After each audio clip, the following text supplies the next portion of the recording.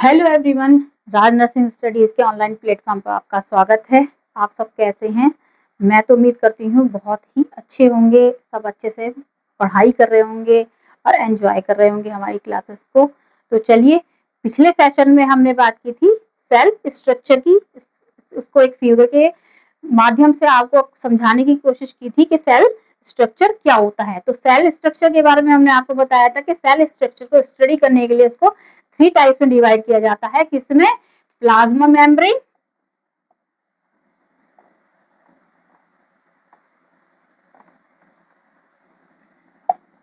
Second cytoplasm and third nucleus. तो चलिए, पिछली बार हमने स्ट्रक्चर के बारे में बताया, लेकिन अब हम डीप स्टडी करेंगे। तो हमें फर्स्ट जो आज हमारा टॉपिक है वो क्या है? Plasma membrane.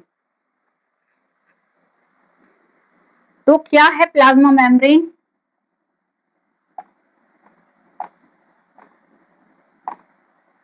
पहले स्ट्रक्चर के बारे में जान लेते हैं। प्लाज्मा मेम्ब्रेन क्या है? Plasma membrane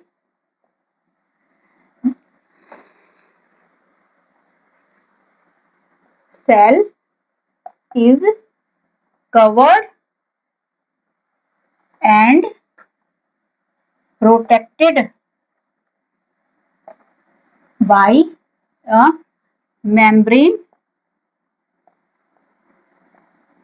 which is called cell membrane और प्लाज्मा मेम्ब्रेन। तो सेल मेम्ब्रेन, जो प्लाज्मा मेम्ब्रेन है वो क्या है? जो सेल है, जो जो जिस लेयर से, जिस मेम्ब्रेन से कवर्ड और प्रोटेक्टेड होती है, उसको हम क्या बोलते हैं? Plasma membrane. It is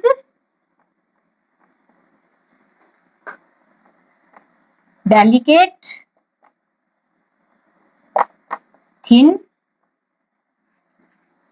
and elastic in nature.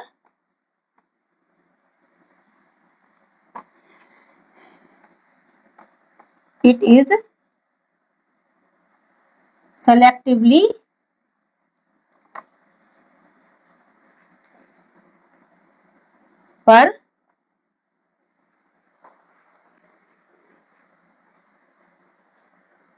permeable in nature. यह delicate, soft, thin, elastic nature की होती है और ये सिलेक्टिवली परमेबल इन नेचर। इसका मतलब क्या है? सिलेक्टिवली परमेबल इन नेचर, यानी कि जो हमारी सेल मेम्ब्रेन है वो बहुत ही सर्टेन, बहुत ही सिलेक्टिव सब्सटेंसेस को एग्जिट एंड एंट्री के लिए परमिशन देती है। तो इसलिए इसको क्या बोला गया है? Selectively permeable in nature. यहाँ हमने प्लाज्मा मेम्ब्रेन के स्ट्रक्चर की बात की।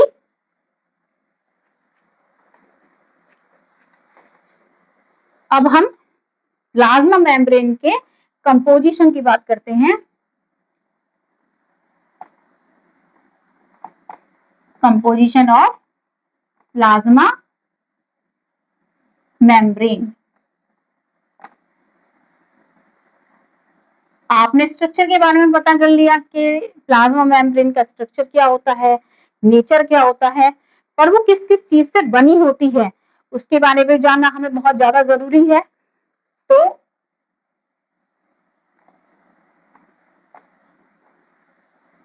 जो हमारी प्लाज्मा मेम्ब्रेन है वो बनी होती है लिपिड से, 40% लिपिड से बनी होती है, प्रोटीन से 50% प्रोटीन से बनी होती है, और कार्बोहाइड्रेट्स जो कि 1 to 10%। तो जो हमारा प्लाज्मा मेम्ब्रेन है वो 40% लिपिड से, 50% प्रोटीन से और 1 to 10% कार्बोहाइड्रेट से बनी होती है। लिपिड्स में हमारे क्या क्या होते हैं? Phospholipids,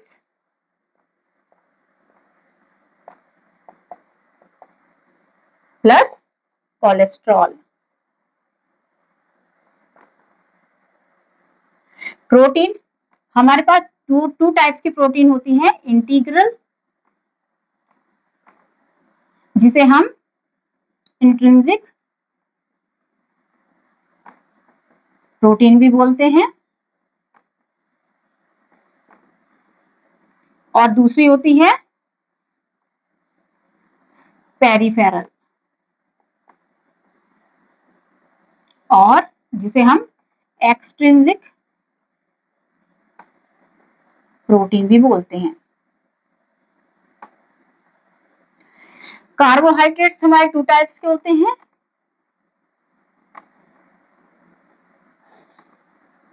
glycoprotein plus glycolipids. तो यहाँ हमारा कंपोजिशन क्या था प्लाज्मा मेम्ब्रेन का? 40% लिपिड से, 50% प्रोटीन से और 1 to 10% कार्बोहाइड्रेट से मिलकर हमारा क्या बना होता है? प्लाज्मा मेम्ब्रेन बनी होती है, जिसमें कि लिपिड्स में फॉस्फोलिपिड्स प्लस कोलेस्ट्रॉल से बना होता है। प्रोटीन हमारा टू टाइप्स का होता है, इंटीग्रल प्रोटीन जिसे हम इंट्रिंसिक प्रोटीन के नाम से भी जानते हैं, प्लस पेरिफेरल प्रोटीन जिसे हम एक्सट्रिंसिक प्रोटीन के नाम से भी जानते हैं। और कार्बोहाइड्रेट्स हमारा जो टू टाइप्स में हमें मिलेगा उसमें ग्लाइकोप्रोटीन प्लस ग्लाइकोलिपिड्स।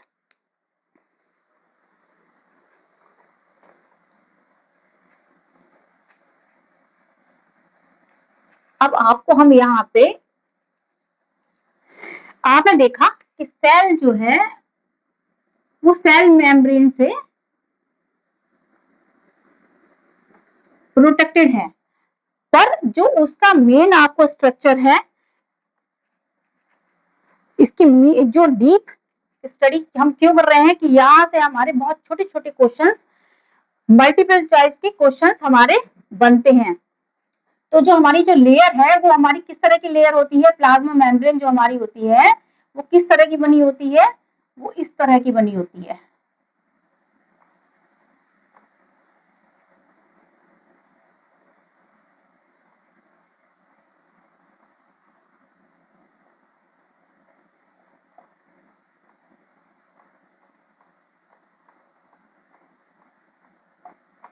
ये जो हमारी है प्लाज्मा मेम्ब्रेन जो है वो हमारी फॉस्फोलिपिड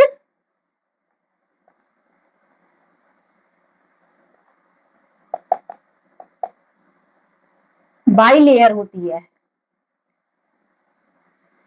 अगर हम प्लाज्मा मेम्ब्रेन की डीप स्टडी करते हैं तो वो किस तरह की, इस तरह की कुछ इस तरह की लेयर पाई जाती है, जिसमें कि हमारी बाई लेयर होती है, जिसमें ये क्या है हमारा, यहां समझिए आप, ये हमारा है हेड और ये है टेल। ये क्या है? हेड और ये क्या है? टेल। इस तरह से बाई लेयर हमारी प्लाज्मा मेम्ब्रेन होती है, जिसमें कि आपको ये बता दें जो ये हमारा हेड है ये क्या होता है? हाइड्रोफिलिक।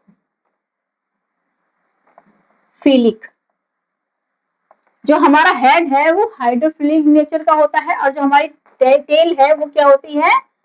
हाइड्रोफोबिक।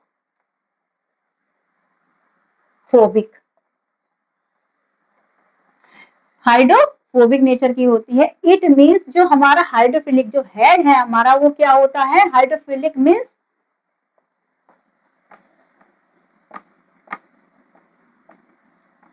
Water loving. जो हमारा हेड है जो ऊपर प्रेजेंट है, जो लेयर के बाहर और अंदर की साइड जो प्रेजेंट है वो क्या है? हेड है, वो क्या होता है हमारा? वाटर लविंग होता है। और जो हमारी टेल है वो हाइड्रोफोबिक नेचर की होती है, जो क्या होती है? वाटर फियरिंग, जो वाटर से हेट करती है। तो ये एक छोटा सा स्ट्रक्चर हमने आपको बना के दिखाया। अब हम इसके बारे में आपको डिटेल में बताते हैं।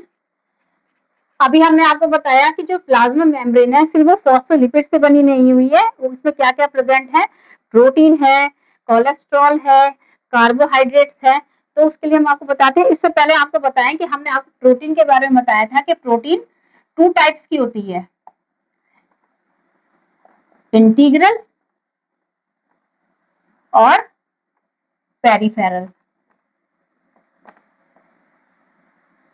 तो जो हमारी इंटीग्रल प्रोटीन है वो also divided into 2 types, partially embedded and fully embedded। तो ये जो हमने आपको प्रोटीन के बारे में बताया कि इंटीग्रल जो है जिसे हम इंट्रिंसिक प्रोटीन भी बोलते हैं वो also divided into 2, partially embedded और फुल्ली एम्बेडेड। क्योंकि जो मैं आपको इसका फ्लूइड मोज़ेक स्ट्रक्चर बताने जा रही हूँ उसमें आपको ये जानना बहुत जरूरी है कि जो प्रोटीन है हमारी वो 2 टाइप्स की है और 2 टाइप्स जो हमारा इंटीग्रल प्रोटीन है वो आल्सो डिवाइडेड इनटू 2। तो उसको मैं आपको अब समझाएंगे, तो अगर आपको पहले से पता होगा तो आप आसानी से समझ जाएंगे।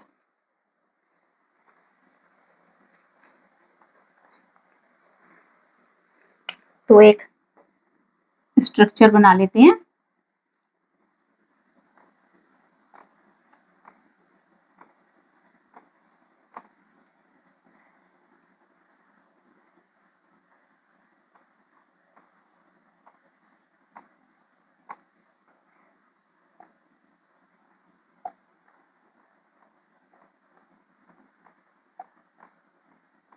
इससे आपको बहुत अच्छे से समझ में आने वाला है।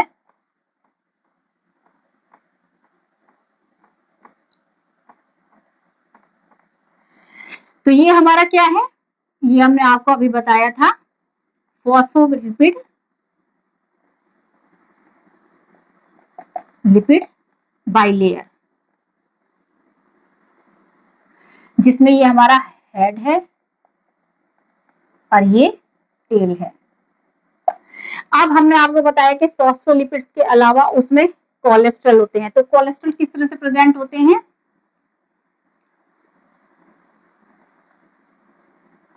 ये इस तरह से प्लाज्मा मेम्ब्रेन में कोलेस्ट्रॉल प्रेजेंट रहते हैं। अब हम बात करेंगे प्रोटीन की। तो जो हमारी पेरिफेरल प्रोटीन है, ये मान लीजिए ये हमारा सेल का इंटरनल एनवायरनमेंट है और ये हमारा क्या है, सेल का एक्सटर्नल एनवायरनमेंट है।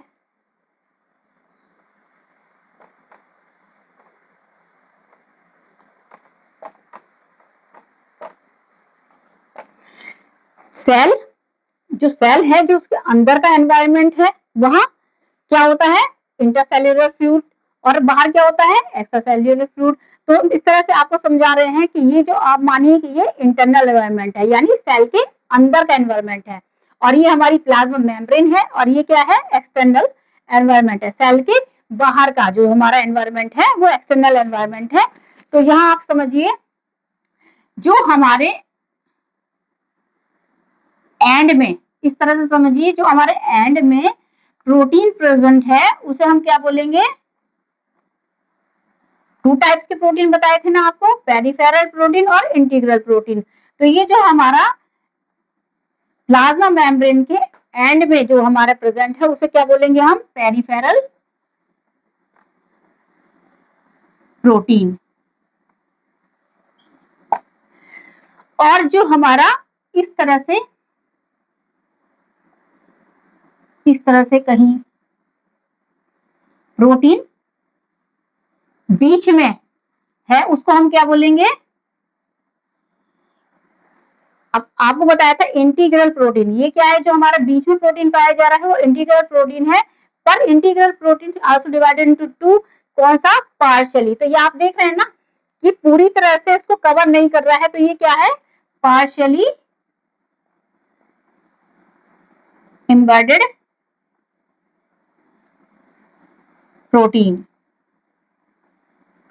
आप देख रहे हैं ना कि ये हमारा जो एंड में प्रेजेंट है वो क्या है, पेरिफेरल प्रोटीन, और जो प्रोटीन हमारा पूरा कवर नहीं कर रहा है, बीच में मिल रहा है हमको, उसको हम क्या बोलेंगे, पार्शियली एम्बेडेड प्रोटीन। और ये जो हमारा इस तरह से जो हमें मिलेगा, जो हमारी पूरी प्लाज्मा मेम्ब्रेन में प्रेजेंट रहेगा, उसे हम क्या बोलेंगे, ये होगा हमारा फुल्ली एम्बेडेड प्रोटीन। ठीक है, अब आप समझिए हमारी जो कंपोजिशन है हमारा प्लाज्मा मेम्ब्रेन का, वो क्या है, फॉस्फोलिपिड बाइलेयर्स की बनी होती है। उसमें कोलेस्ट्रॉल प्रेजेंट होता है, प्रोटीन होता है हमारा, प्रोटीन हमारा पेरिफेरल प्रोटीन होता है, इंटीग्रल प्रोटीन होता है। इंटीग्रल प्रोटीन में जो हमारा बीच में हमको मिल रहा है, जो पूरी तरह से कवर नहीं कर रहा है, उसको हम बोलेंगे पार्शियली एम्बेडेड प्रोटीन। और जो पूरा हमारा प्रोटीन कवर कर रहा है प्लाज्मा मेम्ब्रेन को, उसको हम क्या बोलेंगे, फुल्ली एम्बेडेड प्रोटीन। अब हम इसमें तीसरी बात करेंगे, क्या बात की थी हमने, कार्बोहाइड्रेट प्रेजेंट होता है। तो कार्बोहाइड्रेट हमारा जो है वो कौन कौन से होते हैं, ग्लाइकोप्रोटीन और ग्लाइकोलिपिड। तो जो हमारे प्रोटीन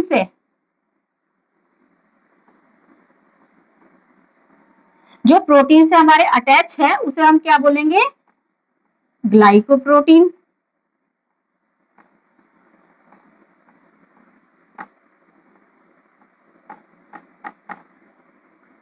और जो हमारे फैटी एसिड से जो हमारा अटैच है, उसको हम क्या बोलेंगे, ग्लाइकोलिपिड। तो बच्चों आपको समझ में आया, जो हमारी जो स्ट्रक्चर है, जो हमारा स्ट्रक्चर बना हुआ है प्लाज्मा मेम्ब्रेन का, वो किस तरह का है, वो बाइलेयर फॉस्फोलिपिड से बना हुआ है। उसमें हमारे कोलेस्ट्रॉल प्रेजेंट है, उसमें हमारे प्रोटीन है। प्रोटीन हमारा उसमें मिलता है 2 टाइप्स में, जो हमारे एंड में प्रेजेंट होता है उसे हम पेरिफेरल प्रोटीन कहते हैं, जिससे जो कार्बोहाइड्रेट हमारा अटैच होता है उसको हम ग्लाइकोप्रोटीन बोलते हैं। जो हमारा पार्शियली हमें प्रोटीन मिल रहा है प्लाज्मा मेम्ब्रेन में, उसे हम पार्शियली एम्बेडेड प्रोटीन कहेंगे। और जो फुल्ली हमारा कवर कर रहा है प्लाज्मा मेम्ब्रेन को, उसको हम क्या बोलेंगे, फुल्ली एम्बेडेड प्रोटीन। और जो हमारा फैटी एसिड से जो हमारा बना हुआ है, वो जो से अटैच है, उसको हम क्या बोलेंगे, कार्बोहाइड्रेट, ग्लाइकोलिपिड। अब आपको इस तरह से समझाते हैं,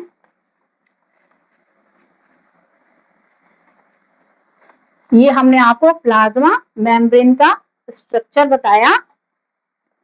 अब आप जो अभी मैंने एक लाइन आपको बताई थी, सिलेक्टिवली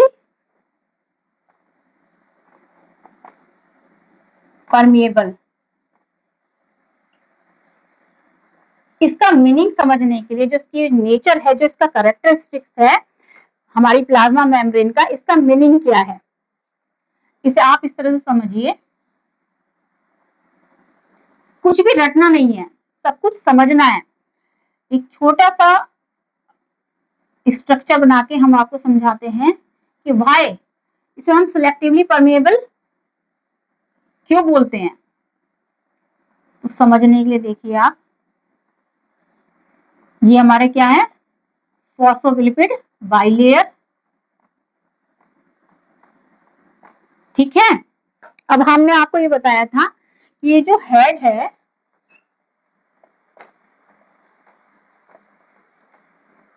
ये क्या होता है, ये हाइड्रोफिलिक नेचर का होता है। और ये किससे बना होता है, फॉस्फेट से। इधर बताते हैं आपको, ये हेड, ये टेल, ये हमारा हाइड्रोफिलिक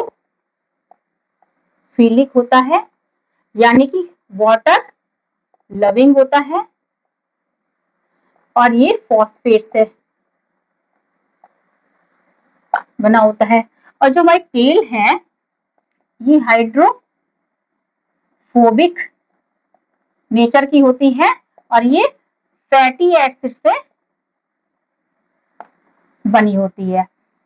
तो अब हम आपको बताने वाले हैं कि ये हमने आपको बता दिया हेड एंड टेल। अब इसको सिलेक्टिवली परमेबल कैरेक्टरिस्टिक इसका किस तरह से है। तो अगर जो हमारा हेड है, ये क्या है, वाटर लविंग। कोई ऐसा सब्सटेंस है जो इसमें हमारा एंटर कर रहा है, ठीक है, क्या है वो, जैसे कि हमारे 2 टाइप्स के होते हैं। ट्रांसपोर्टेशन जो हमारा होता है, जो हमारे सेल है, सेल मेम्ब्रेन है, वो सिलेक्टिवली परमिएबल नेचर की होती है, उसका कैरेक्टरिस्टिक्स है। तो वो जो हमारे कुछ ही सब्सटेंस जो है वो एंट्री कर सकते हैं और कुछ ही सब्सटेंस हमारे एग्जिट कर सकते हैं। तो जो हमारे 2 टाइप्स के हुए, फर्स्ट जो स्मॉल मॉलिक्यूल्स हैं और हमारे लार्ज मॉलिक्यूल्स हैं। स्मॉल मॉलिक्यूल्स मीन्स हमारी कार्बन डाइऑक्साइड हो गई, ऑक्सीजन हो गई, वो तो हमारा क्या है, यहाँ से जो हमारे जैसे वाटर सॉल्युबल सब्सटेंस है कोई, ठीक है, मान लीजिए वाटर सॉल्युबल सब्सटेंस है, ठीक है, वो क्या है, वो यहां से एंट्री कर रहा है। अभी जो हमारा हेड है ये तो वाटर लविंग है, तो ये तो उसको एंट्री देगा, आ गया। जो हमारा वाटर सॉल्युबल सब्सटेंस है वो एंट्री कर गया यहाँ पे, क्योंकि ये वाटर लविंग है हमारा हेड। लेकिन ये जो हमारा ये जो टेल है जो फैटी एसिड से बनी है, ये तो वाटर फोबिक है, तो ये क्या करेगी, उसको एक्सेप्ट नहीं करेगी और वापस कर देगी, ठीक है। तो इस तरह से इसका क्या होगा, जो वाटर सॉल्युबल सब्सटेंस है वो हमारे सेल मेम्ब्रेन के थ्रू हमारे सेल में एंटर किस तरह से करेगा, ठीक है। तो जो हमारा ये जो हमारा जो आपको मैंने बताया था कि जो हमारी जो प्रोटीन्स होते हैं, कौन से प्रोटीन्स, फुल्ली एम्बेडेड प्रोटीन्स, बताया था आपको। फुल्ली एम्बेडेड प्रोटीन्स जो होते हैं वो हमारे जो है वाटर सॉल्युबल सब्सटेंस को अलाउ करते हैं। ये जो हमारे प्रोटीन है, फुल्ली एम्बेडेड प्रोटीन, ये चैनल का काम करते हैं। तो जो सब्सटेंस हमारे वाटर सॉल्युबल सब्सटेंसेस है जो हमको यहाँ पर उसको अलाउ नहीं कर रहे हैं, वो इसके थ्रू सेल में एंट्री करेंगे, ठीक है। अब हम बात करते हैं वाटर इन सॉल्युबल सब्सटेंस। तो प्रोटीन का जो फुल्ली एम्बेडेड प्रोटीन का है जो वर्क है वो आपको पता चला कि जो हमारे वाटर सॉल्युबल सब्सटेंस है जिसको प्लाज्मा मेम्ब्रेन हमारी एंट्री नहीं दे रही है, जिसके कारण उसको क्या कह रहे हैं, सिलेक्टिवली परमेबल इन नेचर। तो उसको सेल में एंट्री कैसे मिलेगी, अब ऐसा तो है नहीं कि जो वाटर इनसॉल्युबल सब्सटेंस है वही सेल में एंट्री करेंगे। सेल को भी तो वर्क करने के लिए, रेस्पिरेशन करने के लिए, डाइजेशन करने के लिए सब के सब्सटेंसेस की जरूरत पड़ेगी। तो वो किस तरह से हमारे सेल में एंट्री करेंगे, वो हमारे सेल में एंट्री करेंगे फुल्ली एम्बेडेड प्रोटीन के द्वारा। अब हमारा वाटर इनसॉल्युबल सब्सटेंस, तो वाटर इनसॉल्युबल सब्सटेंस जो है हमारा वो हमारा एंट्री करेगा हेड के थ्रू, ठीक है। तो ये क्या है, जो हमारा हेड है वो हाइड्रोफिलिक है, पर वो फैटी एसिड्स के लिए या हमारे जो लार्ज मॉलिक्यूल्स हैं उनके लिए उनको हीट नहीं करता है, वो उनको अलाउ करता है। यहाँ से वो एंट्री कर गए। अब हमारा यहाँ क्या है, हाइड्रोफोबिक, और जो फैटी एसिड से बना हुआ है वो तो उसको अंदर आने ही देगा। तो हमारे वाटर इनसॉल्युबल सब्सटेंस है वो हमारे इसके द्वारा डिफ्यूजन के द्वारा सेल्स में प्रेजेंट कर जाते हैं।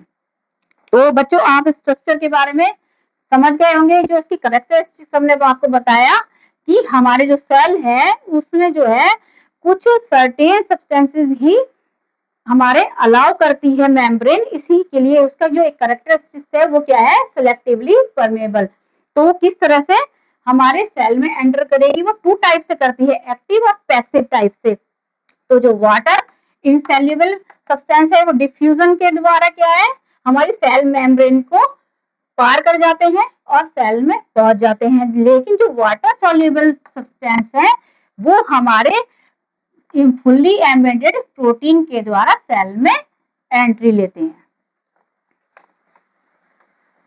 अब आपने स्ट्रक्चर के बारे में, ट्रांसपोर्टेशन के बारे में पढ़ा। अब हमने आपको क्या बताया था कि एनाटॉमी क्या है, एनाटॉमी के बारे में कैसे स्टडी कर रहे हैं। एनाटॉमी का स्ट्रक्चर क्या है, स्ट्रक्चर एंड फंक्शन, ठीक है। तो अभी हमने सेल के स्ट्रक्चर के प्लाज्मा प्रोटीन जो है हमारा, प्लाज्मा जो मेम्ब्रेन है उसके बारे में हमने स्टडी की कि क्या उसका स्ट्रक्चर है, ठीक है, क्या उसकी कैरेक्टरिस्टिक्स हैं। तो अब हम उसके फंक्शन के बारे में पता करेंगे।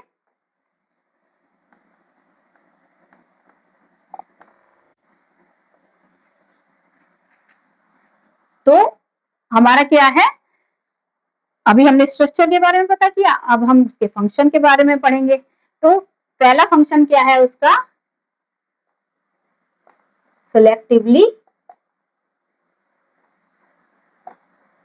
परमिएबल, जिसके बारे में मैंने आपको अभी डिटेल में बताया कि जो उसका पहला फंक्शन है, जो उसका कैरेक्टरिस्टिक है वो क्या है, सिलेक्टिवली परमेबल, कि वो कुछ सर्टेन सब्सटेंसेस को ही एंट्री एंड एग्जिट देती है। सेकंड क्या है उसका कार्य, प्रोटेक्शन, जो हमारी प्लाज्मा मेम्ब्रेन है उस सेल को प्रोटेक्ट करती है। थर्ड हमारा क्या है,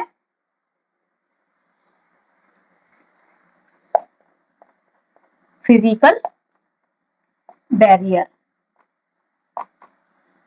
फिजिकल बैरियर का फंक्शन क्या है इसका, कि जैसे हमारी सेल है, मान लीजिए सेल है, अगर इसके चारों तरफ ही सेल मेम्ब्रेन ना हो तो जो बाहर का और अंदर का एनवायरनमेंट है उसके बीच में कोई बैरियर होगा, नहीं होगा। तो जो हमारी जो सेल मेम्ब्रेन है वो क्या काम करती है, फिजिकल बैरियर का वर्क करती है, जो इंटरनल एंड एक्सटर्नल जो हमारा एनवायरनमेंट है उसको सेपरेट करती है।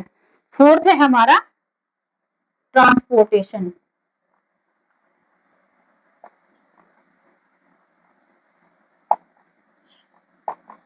अभी हमने आपको बताया कि प्लाज्मा मेम्ब्रेन में किस तरह से सब्सटेंसेस का, स्मॉल मॉलिक्यूल्स का, जिस तरह से समझ लीजिए कार्बन डाइऑक्साइड, ऑक्सीजन, ये किस, इसका ट्रांसपोर्टेशन किस तरह से होता है, ठीक है, डिफ्यूजन करके होता है।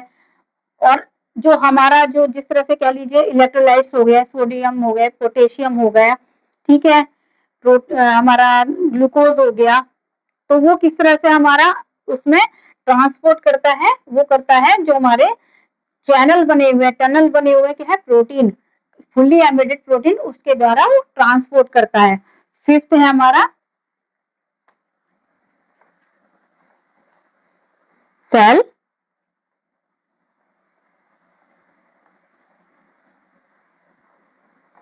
Cell recognition.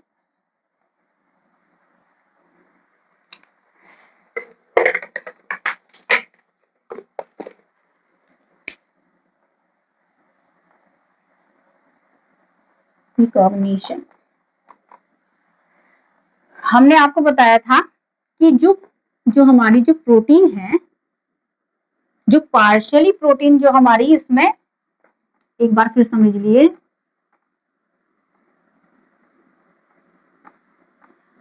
ये हमारी फॉस्फोलिपिड थी, ये बाइलेयर है, प्लाज्मा मेम्ब्रेन की फॉस्फोलिपिड बाइलेयर है। तो ये जो हमारे यहाँ पर जो प्रोटीन था जिसे हमने क्या कहा था, पार्शियली, जो क्या था, पेरिफेरल प्रोटीन था, इसमें हमने आपको बताया था ग्लाइकोप्रोटीन, ये क्या था, ग्लाइकोप्रोटीन।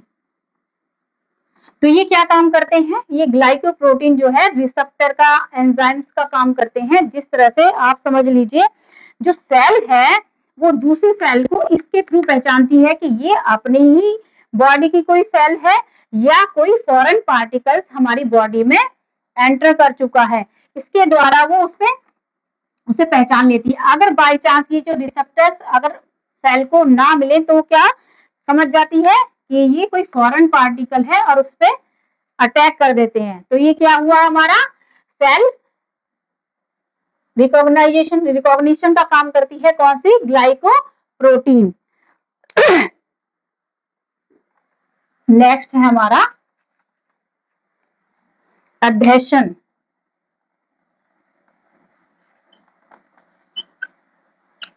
अब आपको हमने ये बताया था, ये जो हमारे फॉस्फोलिपिड बाइलेयर है,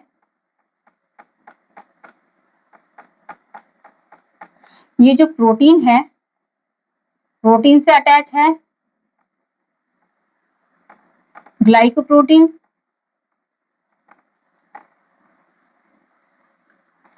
और जो हमारा फैटी एसिड से जो अटैच है वो क्या है, ग्लाइकोलिपिड्स। तो ये जो हमारा जो ग्लाइकोलिपिड्स और ग्लाइकोप्रोटीन है, ये हमें अधेशन का काम करते हैं, जाकि सेल, क्या हमें क्या बताया कि जो सेल है, ग्रुप ऑफ सेल्स मिलकर क्या बनाते हैं, टिश्यू, ग्रुप ऑफ टिश्यू मिलकर क्या बनाते हैं, ऑर्गन। तो इनके द्वारा सेल अधेशन का वर्क होता है, जिससे हमारी सेल आपस में जुड़कर क्या बनाती हैं, टिश्यूज बनाती हैं। तो अभी हमने आज प्लाज्मा मेम्ब्रेन के स्ट्रक्चर, उसके फंक्शन, उसके कंपोजिशन के बारे में पढ़ा। उम्मीद है आपको ये जो क्लास है आपके लिए बहुत हेल्पफुल रही होगी। तो प्लीज अच्छे से समझें, उसे अच्छे से समझें, उसे रटे ना। अगर आप किसी भी स्ट्रक्चर की स्टडी कर रहे हैं और उसकी फिगर को आप समझ जाते हैं, तो आपको कभी भी रटने की जरूरत नहीं पड़ेगी। तो आज का सेशन यही समाप्त करते हैं। Thank you, bye bye.